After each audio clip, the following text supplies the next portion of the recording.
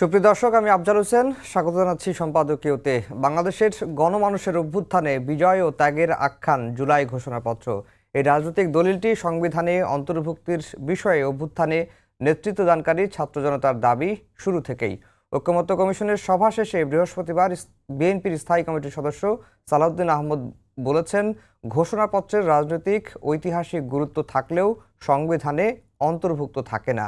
তিনি বলেন, গণঅভ্যুত্থানকে যথাযথ মর্যাদায় রাষ্ট্রীয় স্বীকৃতি দিতে চায় বিএনপি। তবে এনসিপির সদস্য সচিব আখতার হোসেন বলেছেন, জুলাই ঘোষণাপত্র প্রণয়ন করলেই হবে না, তার সাংবিধানিক স্বীকৃতিও লাগবে। প্রাসঙ্গিক নানা বিষয় নিয়ে আমাদের আজকের সম্পাদকীয় ঘোষণাপত্রের গন্তব্য কোথায়।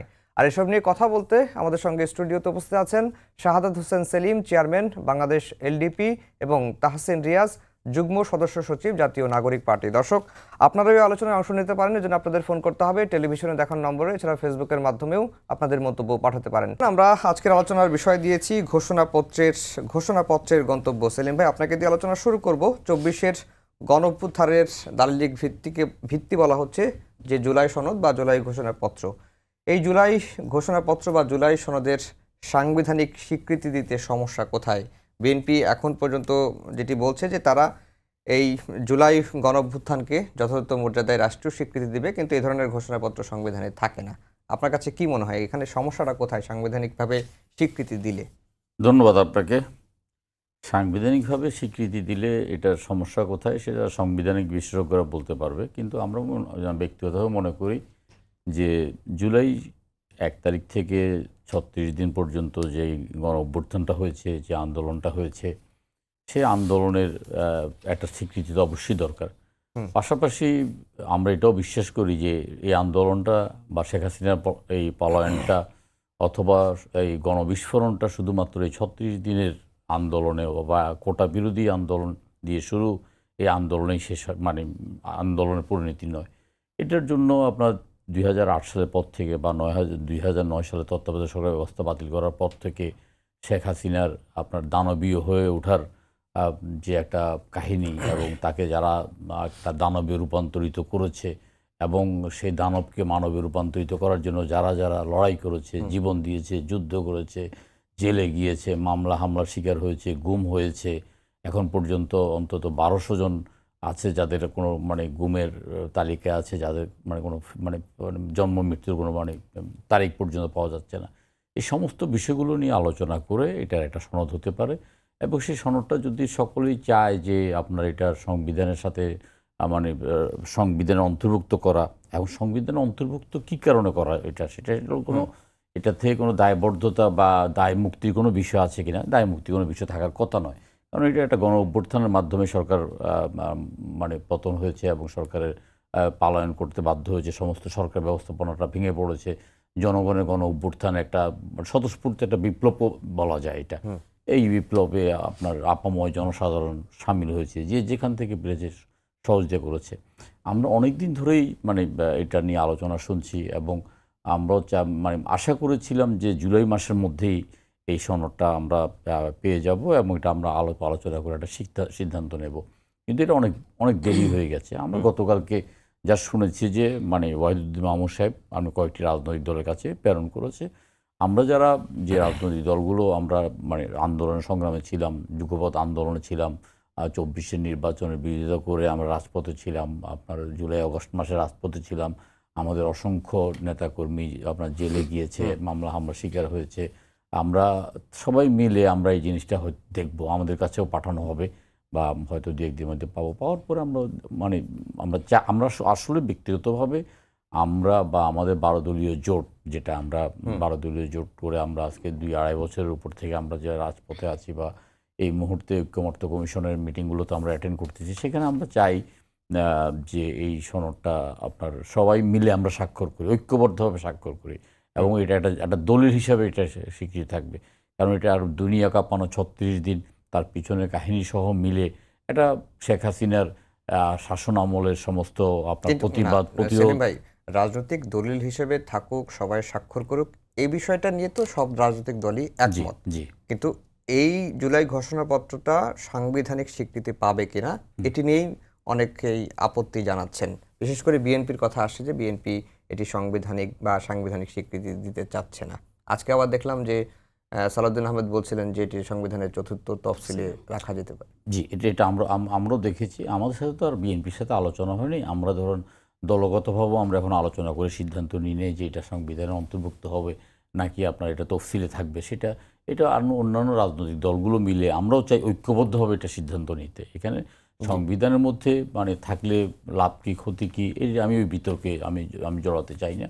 সেখানে যদি চুম্বক কিছু অংশ সংবিধানের অংশ করা যায় এবং এই ব্যাপারে যদি কোনো ধরনের মানে ভবিষ্যতের আপনারা চিন্তা করে যদি কোনো দায় মুক্তি ইত্যাদি বিষয়গুলো আইনগতভাবে আসে, সাংবিধানিকভাবে আসে, তাহলে সেভাবে আমরা যারা বিশেষজ্ঞ তাদের মতামত নিয়ে আমরা আমাদের সিদ্ধান্তটা জানাবো। আমরা কিন্তু এখন পর্যন্ত এই সনদটা মানে পাইনি এবং আমরা মানে খুব ভালোভাবে আশা করেছিলাম যে জুলাই শুরুতেই বা জুনের মাঝামাঝি সময় থেকে এই জিনিস নিয়ে কাজ করবে। এটাতে যারা মানে দায়িত্ব পালন করেছেন তাদেরও অনেকগুলো অবহেলা থাকতে পারে, এটা আমি মনে করি আর কি।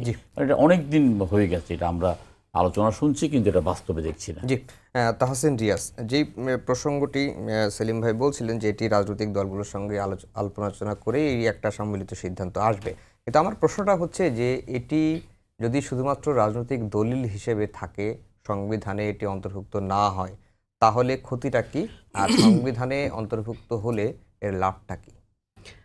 আন্তরিকভাবে ধন্যবাদ জানাচ্ছি যারা আমাকে শুনছেন এবং আমাদের সাথে আরেকজন খুবই সম্মানিত একজন আলোচক আছেন, ওনাকেও আমি ধন্যবাদ জানাচ্ছি। দেখুন, আসলে আমরা খুবই ক্রিটিক্যাল একটি মোমেন্ট পার করছি।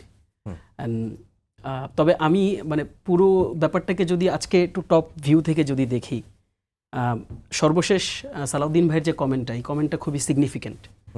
আপনি দেখেছেন আমরা যখন 31 ডিসেম্বর যখন এনসিপি, তখন এনসিপি হয়নি, জাতীয় নাগরিক পার্টি ছিল, নাগরিক কমিটি ছিল। তো আমরা যখন বলেছিলাম যে জুলাই ঘোষণাপত্র দিতে হবে, তখন কিন্তু আমরা প্রচণ্ড রকম রাজনৈতিক বিরোধিতার মুখোমুখি হয়েছিলাম। তখন কিন্তু আমরা বলিনি যে এটা ব্যক্তিগতভাবে কোনো দলকে দিতে হবে, তখন আমরা রাষ্ট্রের কাছেই চেয়েছিলাম। তারপরও অনেক পটভূমি এসেছে, অনেক পরিবর্তন এসেছে। এই পরিবর্তনের মধ্যে দিয়ে আমরা গিয়েছি। এখন ঐকমত্য কমিশনে সকল দল বসছেন, তাদের মধ্যে বোঝাপড়া হচ্ছে, তাদের মধ্যে আন্তরিকতার যে বিনিময়, এই বিনিময়টা আমরা দেখছি। এবং আজকের দিনের যে পরিবর্তন, এই পরিবর্তনে আমার কাছে মনে হয়েছে যে এটা খুব সিগনিফিক্যান্ট একটা জায়গায় আমরা এসে পৌঁছাতে পেরেছি, যে জুলাই ঘোষণাপত্রের ব্যাপারে আমরা সবাই একটা জায়গায় আমরা সেম পেজে আছি। সালাউদ্দিন ভাই আজকে যে কমেন্টটা করেছেন, যেটা বলেছি ইতিমধ্যেই, যে এটা ইটস মোর ইম্পর্ট্যান্ট, আজকের ডিসকাশনে অনেক বেশি ভ্যালু অ্যাড করছে সেটা হচ্ছে যে এটা চতুর্থ যে তফসিল, এই তফসিল এটা অন্তর্ভুক্ত হতে পারে। দেখুন, আমি একটু ঘাটাঘাটি করছিলাম যে চতুর্থ তফসিলে অন্তর্ভুক্ত হলে এটার আসলে মর্যাদাটা কোথায় হবে। আমরা সাংবিধানিকভাবে অনুচ্ছেদের যে মর্যাদা, যদি সেটা চতুর্থ তফসিল মানে অন্তর্ভুক্ত হয়, সেটা কিন্তু একটা অনুচ্ছেদের মর্যাদা হিসাবে এটাকে কাউন্ট করা হবে। আমরা যদি আদার কান্ট্রিজগুলো যদি আমরা কনস্টিটিউশনের দিকে তাকাই, ওখানে এটা ইভেন মানে মোর ইম্পর্ট্যান্ট একটা ভিউ পয়েন্ট থেকে এটাকে দেখা হয় আর কি। তো দেখেন, আসলে এই সংবিধানে এটার অন্তর্ভুক্তি কেন প্রয়োজন, এটা তো আসলে আজকের মৌলিক আলোচনার বিষয় হতে পারে। কেন প্রয়োজন? দেখেন, এই জন্য প্রয়োজন, আপনি যখন ঐতিহাসিকভাবে আপনি যখন যতগুলো বিপ্লবের দিকে তাকাবেন, সেটা রুশ বিপ্লব হতে পারে, চীনের বিপ্লব হতে পারে, ভিয়েতনামের বিপ্লব হতে পারে, অ্যান্ড মেনি মোর, সবগুলোর দিকে আপনি যখন তাকাবেন, সবগুলো বিপ্লব বা এই ধরনের মানে বিস্ফোরণ যেটাকে আমরা বলি, গণ অভ্যুত্থান যেটাকে আমরা বলি, এটার সাংবিধানিক স্বীকৃতি থাকে। এই ঘোষণাপত্র এই বিপ্লবকে সিকিউর করে, ঘোষণাপত্র এই বিপ্লবীদেরকে সিকিউর করে। দেখেন, আজকে যদি শুধুমাত্র আমরা নামকাও বাস্তে, যেটা রাজনৈতিক দলিলের কথা যেটা আজকে বলা হচ্ছে, এটা খুবই মানে ক্রিটিক্যাল একটা টার্ম দিয়ে আজকে আমরা ঘোষণাপত্রকে ডিল করছি, যে এটা একটা রাজনৈতিক দলিল হিসেবে থাকবে। এটার সাংবিধানিক স্বীকৃতি আসলে কতটুকু থাকবে কি থাকবে না, বরং আমাদের সেই জায়গাটাতে আজকে আলোচনা করতে হবে। আমরা এটাকে রাজনৈতিক দলিল হিসেবে তো দেখতে চাই নাই। আজকের যারা জুলাই যোদ্ধা আছেন, অবভিয়াসলি এটা তো সকল পার্টির যারা দলীয় কর্মী যারা ছিলেন তাদের পার্টিসিপেশন ছিল, এগুলোকে আমরা ডিনাই করি নাই কোনোদিন। বাট যাদের একেবারে ম্যাস কন্ট্রিবিউশন তো ছিল এই গণঅভ্যুত্থানে, এটা আমরা সবাই দেখেছি। কাজেই দেখেন, এই অভিপ্রায়টা কি ছিল? অভিপ্রায়টা ছিল হচ্ছে এটার একটা সাংবিধানিক স্বীকৃতি থাকতে হবে।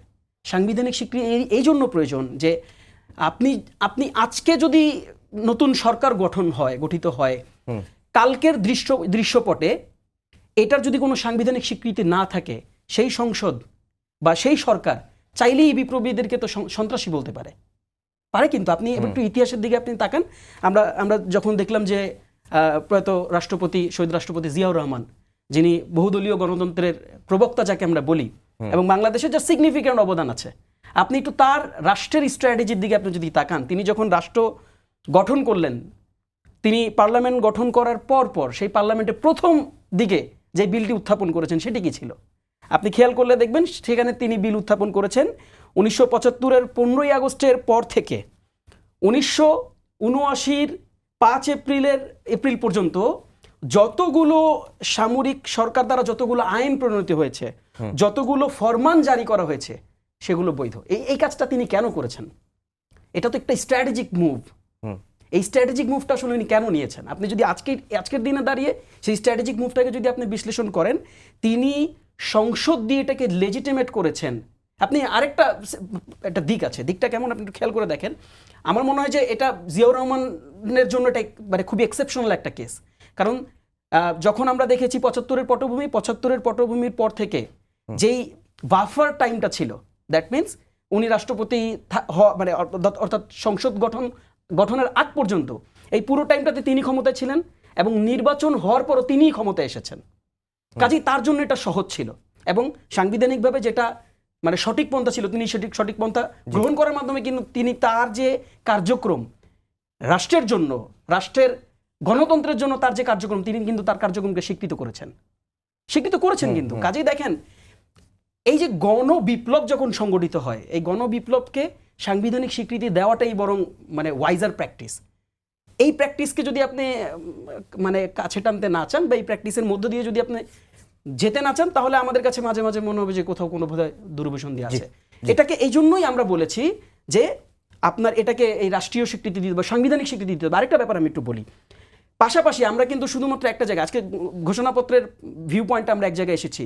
ঘোষণাপত্রের ভিউ পয়েন্টে যখন আমরা দাঁড়াচ্ছি, যখন সবাই একমত, সেম পেজে আমরা অবস্থান করছি, সেই জায়গাটাতে কিন্তু এখানে পরিষ্কার জায়গা থাকতে হবে, পরিষ্কার ঘোষণা থাকতে হবে, পরিষ্কারভাবে এখানে জানাতে হবে যে বিপ্লবীরা যাদের নেতৃত্বে এই বিপ্লব সংগঠিত হয়েছে, যারা সামনে ছিলেন, ব্যানারে ছিলেন, যারা তাদের জীবনের মায়া ত্যাগ করে যারা এই রিস্কটাকে সামনে থেকে নিয়েছেন, তাদের নিরাপত্তা রাষ্ট্র কিভাবে সামনের দিনে দেখবে, এটাকে কিন্তু নিশ্চিত করতে হবে। আপনার কাছে আবার আসবো সেলিম ভাই। তাহসিন রিয়াজ বেশ কয়েকটি কথা বলেছেন যে সাংবিধানিক স্বীকৃতি না থাকলে আগামী সরকার যদি এসে জুলাই বিপ্লবীদের সন্ত্রাসী বলতে পারে, এ ধরনের আশঙ্কাও তিনি করছেন এবং এই জুলাই ঘোষণাপত্র সাংবিধানে থাকলে বিপ্লবীদের আসলে সিকিউর করবে বা বিপ্লবটাকে সিকিউর করবে না। দেখুন, এখানে যে আবার একটা বিষয় অ্যাড করে রাখি যে আজকে পত্রিকায়ও দেখলাম যে যেই খসড়াটি যে কমিশন হয়েছে ওয়াহিদুদ্দিন মাহমুদের নেতৃত্বে, সেইখানে তারা বেশ কয়েকটি দলকে এই ঘোষণাপত্রটি পাঠিয়েছে। সেখানে বলা হচ্ছে যে 1947-এর বিষয়টা আছে, 71 আর 24-এর আছে, মাঝখানে 52, 62 ছাত্র আন্দোলন, 90-এর গণ অভ্যুত্থানের বিষয়গুলো নাই। না, আমি আপনাকে এই কথাটাই বলতে চাই যে দুটো আলোচনার দুটো দিক আছে। একটা হলো যে 15ই আগস্টের পরবর্তীকালে তো আর জিয়াউর রহমান ক্ষমতা ছিলেন না, তখন খন্দকার মোস্তফা একটা ইন্ডিমিউনিটি অর্ডার করেছেন এবং তখন দেশে ছিল সামরিক আইন। সামরিক আইনের মানে যে সমস্ত বিধান বা বিধি, সেগুলো তিনি সংবিধানের অংশ করতে হয়েছে, সেটা অন্য আলোচনা, অন্য একটা প্রেক্ষাপট। আর এখানে এটা হলো যে আমরা একটা অভ্যুত্থান করেছি, এই অভ্যুত্থানের এটা সংবিধানে আমরা 69-এর গণ অভ্যুত্থান করেছি। 69-এর গণ অভ্যুত্থানটা কিন্তু সংবিধানে লিপিবদ্ধ নাই। এমনকি আমরা যারা 17ই এপ্রিল মুজিবনগরে যে ঘোষণাপত্র পাঠ করে সরকার গঠিত হয়েছে, সেই ঘোষণাপত্রটা কিন্তু আমাদের সংবিধানের অংশ নয়। পরবর্তীকালে 90-র যে গণ অভ্যুত্থান, এই গণ অভ্যুত্থানে ছাত্র জনতার অভ্যুত্থান, সেই অভ্যুত্থানটাও কিন্তু পরবর্তীকালে সংবিধানের অংশ হয় নাই। এখন এখানে এটা সংবিধানের অংশ। এখানে যদি আমরা যেটা আশঙ্কা করছি বা আমাদের অনেক বিপ্লবী যারা আন্দোলনের সামনের কাতারে ছিল, সেখানে অনেক কিছু ভুল হয়ে গেছে, যেটা আমরা আজকে অস্বীকার করার কোনো উপায় নেই। প্রথম কথা হলো যে আন্দোলনের পরে আমাদের বঙ্গভবনে গিয়ে শপথ গ্রহণ করাটা, সেটা একটা ঐতিহাসিক ভুল। এটা আমরা ভবিষ্যৎ ইতিহাস দ্বারা এটা বলবেন যে আমরা একটা বিরাট ভুল করেছি। সবচেয়ে দুঃখজনক ও আশ্চর্যজনক ব্যাপার হলো যে সেদিন 5 তারিখে কিন্তু ক্যান্টনমেন্টে যে আলোচনা, সেই আলোচনায় জি এম কাদেরকে উপস্থিত করা হয়েছে এবং শপথ অনুষ্ঠানে আমরা জি এম কাদেরকে আমরা দেখে হতভম্ব হয়ে গেছি। এবং বাংলাদেশের ইতিহাস সাক্ষী দেবে, সর্বপ্রথম আমাদের 12 দলীয় জোটের একটা মিটিং ছিল সম্ভবত সেপ্টেম্বরের দিকে, অগাস্টের পরে সেপ্টেম্বরের দিকে আপনার ওই মাননীয় প্রধানমন্ত্রীর সাথে আমাদের 1 ঘন্টা পরে আপনার জাতীয় পার্টির সাথে আলোচনা। তখন প্রকাশ্যে আমরা বলেছি যে আপনার শপথ অনুষ্ঠানে জাতীয় পার্টিকে দেখে আমরা হতভম্ব হয়ে গেছি এবং আমরা সেখান থেকে অত্যন্ত ভগ্ন হৃদয় নিয়ে আপনার অনুষ্ঠান থেকে ফেরত এসেছি। এবং আজকে যে আপনি জাতীয় পার্টির সাথে আলোচনা করছেন, এটা আমাদের হৃদয়কে ব্যথিত করছে। জাতীয় পার্টি আর হাসিনার মধ্যে কোনো পার্থক্য নেই। এবং বাইরে এসে বাংলাদেশে সর্বপ্রথম আমি দাবি তুলেছি যে জাতীয় পার্টিকে বয়কট করতে হবে, এবং এরপর থেকে ছাত্রনেতারা দাবি শুরু করেছেন।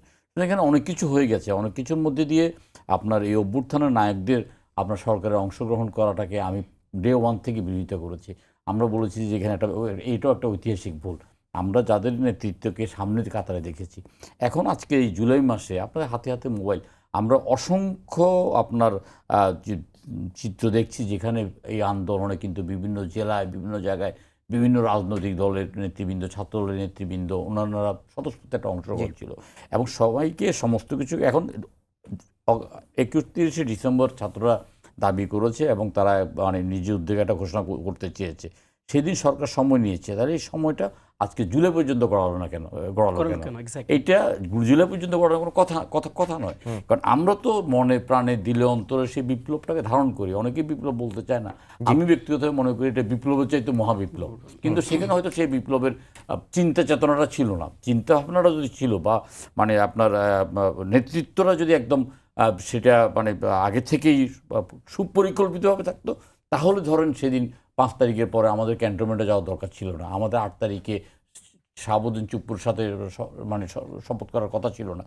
এই যে ভুলভ্রান্তিগুলো হয়ে গেছে, আমরা কেউ ভুল ত্রুটির ঊর্ধ্বে নয়। রাজনৈতিক দলগুলো আমরা আমাদের যারা তরুণরা নেতৃত্ব দিয়েছে তারাও ভুল ত্রুটির ঊর্ধ্বে নয়। এখানে আলোচনা, আমার মনে হয় আলোচনাটাকে আলোচনার টেবিলে রেখে সমাধান করা দরকার। এখানে এনসিপি একটা নতুন রাজনৈতিক দল গঠন করেছে, আমরা এটাকে অবশ্যই স্বাগত জানিয়েছি এবং আমরা তাদের প্রতি আমাদের যথার্থ মানে সম্মান এবং শুভকামনা সেটা আমাদের আছে। কিন্তু রাজনীতিতে শান্তিপূর্ণ সহাবস্থান, আমরা যারা একসাথে কাঁধে কাঁধ মিলিয়ে বিপ্লব করেছি, যে আজকে দেখলাম যে একটা আমাদের মানে বিএনপি ছাত্র সংগঠনের একটা ছাত্র নেতা বক্তব্য দিয়েছে, প্লিজ কেউ কাউকে ছেড়ে যাবেন না।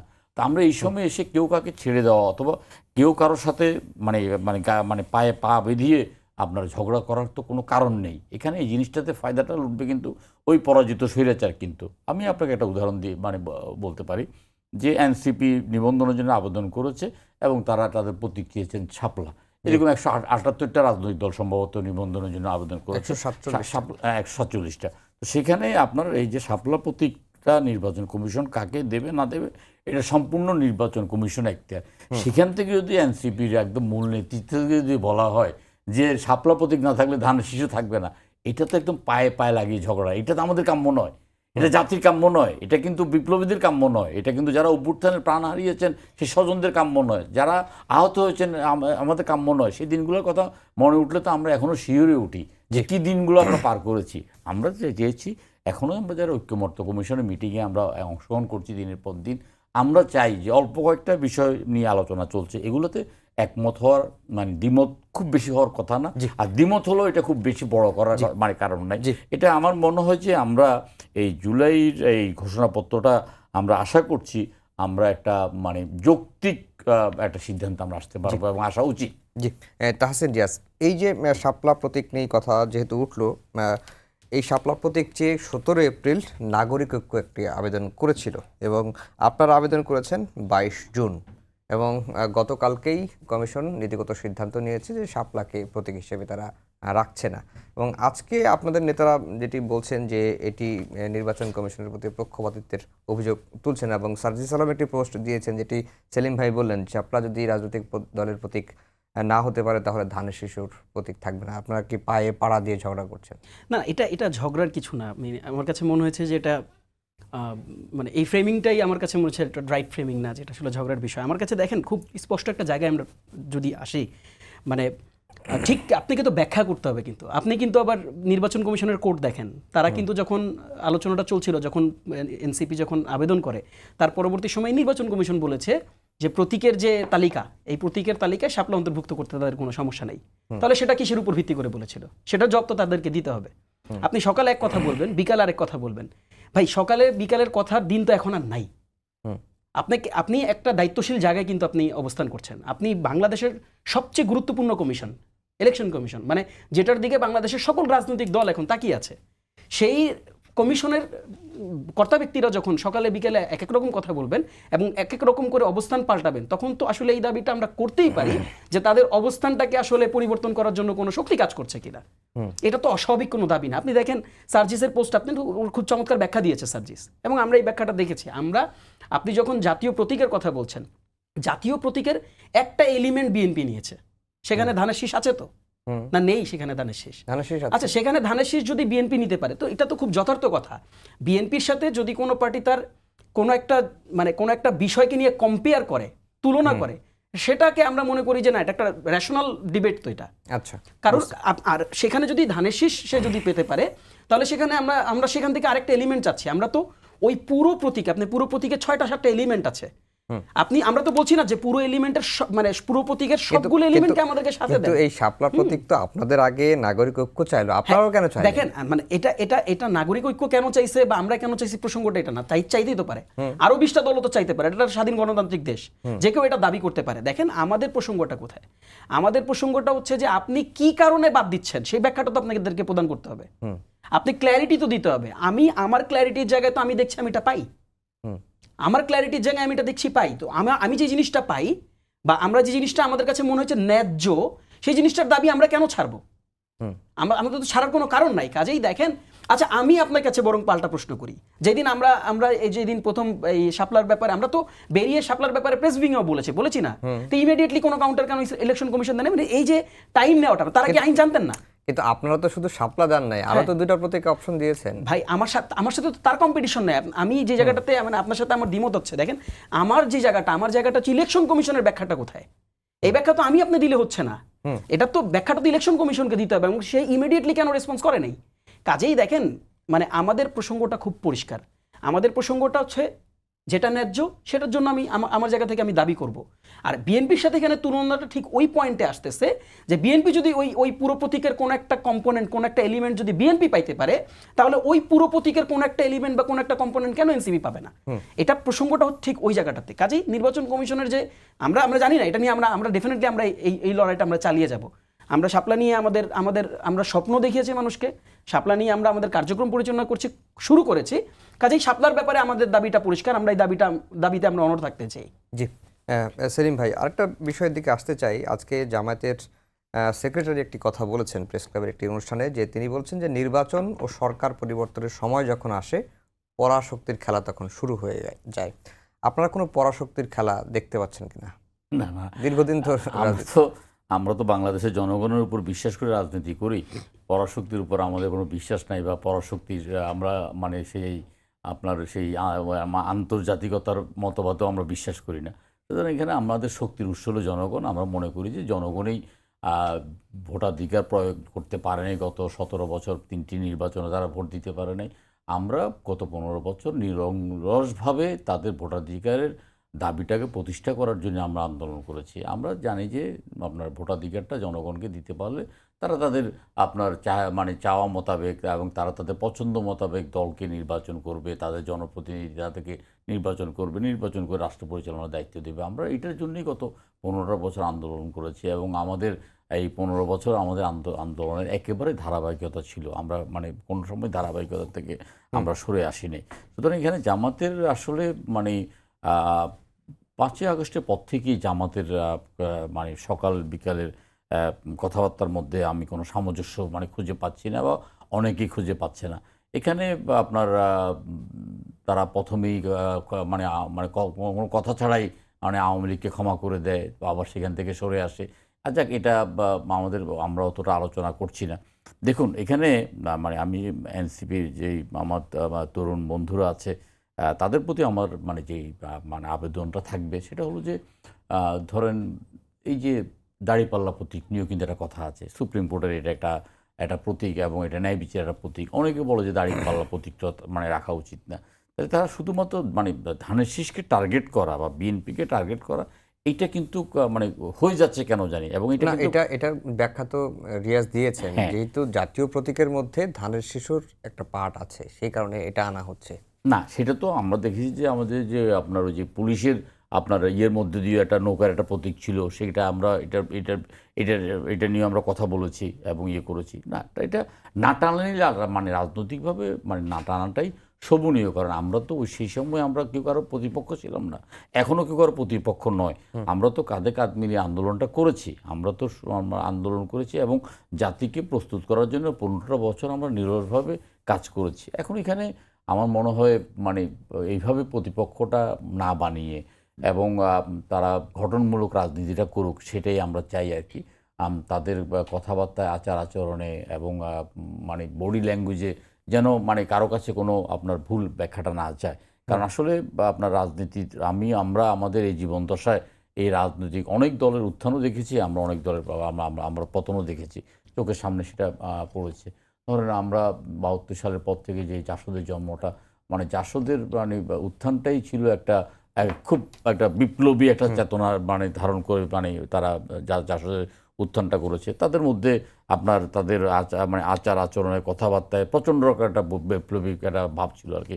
তখন আমাদের মানে দেখতাম যে বিপরীত পক্ষ একটা স্লোগান দিত, যারা বলে আগুন জ্বালো তাদের মাথায় পানি ঢালো, বুঝছেন না? তো সুতরাং এটা আসলে জনগণের সাথে মিশতে হলে, জনগণের সাথে যেতে হলে জনগণের ভাষাটা বুঝে কথা বলাটা আপনার শ্রেয়। আর এই মুহূর্তে আপনার বর্তমানে ধরেন আমরা যেটা মানে দাবি করেছিলাম যে ডিসেম্বরের নির্বাচনটা ফেব্রুয়ারির মধ্যে হয়ে যাবে বলে আপনার গতকালকেই আমরা একটা ধারণা পেয়েছি। সুতরাং আপনার এখানে নির্বাচনী ঐক্য হতে পারে, নির্বাচনে আপনার প্রতিদ্বন্দ্বিতা হতে পারে, নির্বাচনী সহযোগী হতে পারে, অনেক অপশন এখনো খোলা আছে।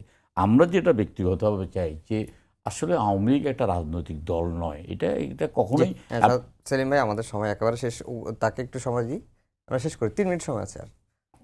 আচ্ছা, হ্যাঁ, তাহসিন রিয়াজ, যেটি সেলিম ভাই বলছিলেন যে জনগণের পালসটা বুঝে রাজনীতি করতে হবে। আপনি সানেমের জরিপটা দেখেছেন যে সেইখানে 2000 জন তরুণের মতামত নেওয়া হয়েছে, তাদের বয়স 15 থেকে 35। সেখানে বিএনপি 38.76, জামায়াত 21.45 আর এনসিপি হচ্ছে 15.84। এই যে রাজনীতির পুরনো বন্দোবস্ত ভেঙে নতুন বন্দোবস্তের যে প্রবল সম্ভাবনা তৈরি হয়েছিল, এই জরিপের এর প্রতিফলন উঠলো না কেন? না, ঘটেনি কোথায় আপনি দেখছেন? মানে আমার বরং পাল্টা প্রশ্ন, ঘটেনি। দেখেন, আমি একটা ব্যাপার আশা করেছিলাম তরুণরা আরো, আমি একটু দেখাই আপনাকে, মানে এটা ঠিক কোথায় কাজ করছে। 2 মিনিট সময় আছে। হ্যাঁ, আমি একটু ছোট করে বলি। দেখেন, একটা জরিপ যখন হয়, স্যাম্পল কালেকশন কখন হয়, কিভাবে হয়, কতটুকু টাইম নিয়ে হয়, এটা ইভ্যালুয়েশন হয়, এটা একটা প্রসেসের বিষয়। এনসিপির বয়স কত? 4 মাস। এনসিপি তাদের কার্যক্রম যেদিন থেকে শুরু করেছে সেদিন থেকে সকল মানে মতদর্শিক যতগুলো দল আছে সবাই এনসিপিকে রীতিমতন মানে বিপরীত মুখে রেখে কিন্তু সমালোচনা করেছে। প্রচণ্ড রকম প্রোপাগান্ডা আপনি দেখেছেন না? সকাল বিকাল সন্ধ্যা রাত, এমন কোনো জায়গা নেই যেখানে প্রোপাগান্ডা। এই দৃষ্টিকোণটাকে সামনে রাখেন প্রথমত। দ্বিতীয় দৃষ্টিকোণের দিকে তাকান, এনসিপি যখন একটা দল, তো ভাই এত একটা রাজনৈতিক দল, জাতীয় পর্যায়ে রাজনৈতিক দল, কিন্তু এটা গোছানোর বিষয় আছে। তাদের অভ্যন্তরীণভাবে তাদের কমিটি ফরমেশন, তাদের অভ্যন্তরীণভাবে তাদের জেলাভিত্তিক মানুষজনকে একত্রিত করা, এটা তো লম্বা সময়ের কাজ। 4 মাসে 3 মাস একটা দল কি এত অল্প সময় গোছানো যায়? গোছাতে যে সময়টা দিয়েছে, আপনি এখন খেয়াল করে দেখেন, এখন যখন এনসিপি তাদের গণপদযাত্রা কর্মসূচি দিয়েছে, মানুষের কাছে যাচ্ছে, আমি ধরে নিতে পারি যে এই যে সানেমের যে রিপোর্ট বা আপনার ইউএসএ যে একসাথে করেছে, এই জরিপের ফলাফল বা এই জরিপের যে স্যাম্পল কালেকশন হয়েছে আজকে থেকে 2 মাস আগে। কাজেই তখনও এনসিপি সাধারণ মানুষের কাছে যাওয়াই শুরু করে নাই। আমি জানি না আপনাকে বুঝাতে পারছি কিনা, যাওয়াই শুরু করেনি। কাজেই আপনি এখন গিয়ে একটু জরিপটা করে দেখেন। এখন তো মানুষের জোয়ার আপনারা দেখছেন। আমরা যখন বিভিন্ন জেলায় যাচ্ছি, বিভিন্ন মানুষের কাছে যখন আমরা মিশছি, তাদের সাথে যখন আমরা কথা বলছি, সেলিম ভাইদেরকে মানুষ যতটা চেনে, যে তাদের রাজনৈতিক অভিজ্ঞতা, তাদের রাজনীতির যে লম্বা সময়ের যে ইতিহাস, এই ইতিহাস তো তারা লম্বা সময় কাজ করার মাধ্যমে না তৈরি হয়েছে, কাজের আগে তো আর তৈরি হয়ে যায় নাই। কাজেই আমার কাছে মনে হয় যে মানে ইটস টু আর্লি টু জাজ। এটা অনেক আর্লি আমরা জাজ করে নিচ্ছি। একটা সানেমের রিপোর্ট আমার কাছে মনে হয় না যেটা যথার্থ। তারপরেও যদি এটাকে যথার্থ ধরেই নেন, তারপর আপনাকে বুঝতে হবে 4 মাসের একটা দল 15%। আপনি কি একটু ভোটার ক্যালকুলেশনে দেখবেন 15% কত ভোট কাস্ট করে, এবং এটা কিন্তু একটা নির্দিষ্ট গ্রুপ অফ পিপলের উপর করা জরিপ। কাজেই আমরা হতাশ না, আমরা কাউকে হতাশও করতে চাই না। আমরা এটা বলতে চাই যে কেবলমাত্র কার্যক্রম শুরু হয়েছে। 4 মাসের কার্যক্রমে যদি মানুষকে এভাবে করে আকৃষ্ট করা যায়, আমার কাছে মনে হয় যে এনসিপি যদি সঠিক পথে থাকে, সঠিক রাজনীতিটা করতে পারে এবং মানে যেটা আমরা বলেছি, যে স্বপ্ন আমরা দেখিয়েছি, যে বাংলাদেশটাকে আমরা সত্যিকার অর্থে একটা ভিন্ন বাংলাদেশ আমরা দেখতে চাই। আমরা সেই পুরানো যে দিনের রাজনীতি, যে ধরনের মারপ্যাচ, যে ধরনের মানে প্রতিহিংসা, আমরা এটাকে দেখতে চাই না। এই রাজনীতিটা যদি এনসিপি করতে পারে, আগামী 4 মাসে এটার পরিবর্তন হবে। অন্যান্য রাজনৈতিক দলের থেকে এনসিপির পার্থক্যটা কি? এই 4 মাসে কি পার্থক্য?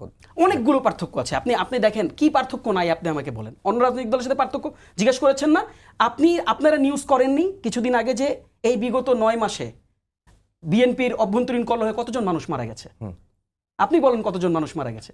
150+ মানুষ এই বিএনপির অভ্যন্তরীণ কলহে মারা গেছে। আপনি আমাকে প্রশ্ন উত্তর দেন, আপনি আমাকে প্রশ্ন উত্তর দেন, এনসিপি কতজন অভ্যন্তরীণ কলহে মারা গেছে? আচ্ছা, এই প্রশ্ন করার সুযোগ নাই। আমি শুধু 30 সেকেন্ড একটা আমার সময় একেবারে শেষ। কথা সেলিম ভাই, বলি। আমার সময় একেবারে শেষ। সবাইকে ধন্যবাদ জানিয়ে শেষ করছি। আমাদের আজকের সম্পাদকীয় আগামীকাল আবারও দেখা হবে একই সময়ে। শুভরাত্রি।